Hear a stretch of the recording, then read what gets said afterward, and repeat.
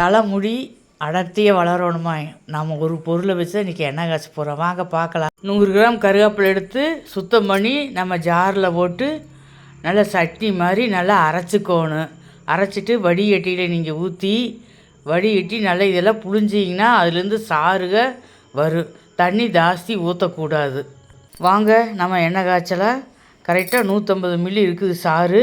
நம்ம முதல்ல வடைச்சட்டியை வச்சு அதில் ஊற்றி நல்லா கொஞ்சம் 4 கொதி வந்த பின்னால் 1/2 லிட்ரு தேங்காய் இதில் கலந்துடணும். சிம்மில் வச்சு நீங்கள் இப்படி கிளறி விட்டே இருந்தீங்கன்னா அந்த சாறு தேங்காயும் ஒன்று கலந்து நல்லா கொதிக்கும்.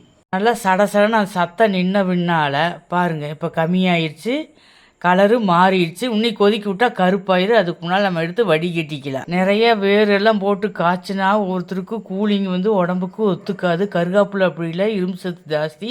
எல்லாரும் பயன்படுத்தலாம், கண்ணுக்கு நல்லது.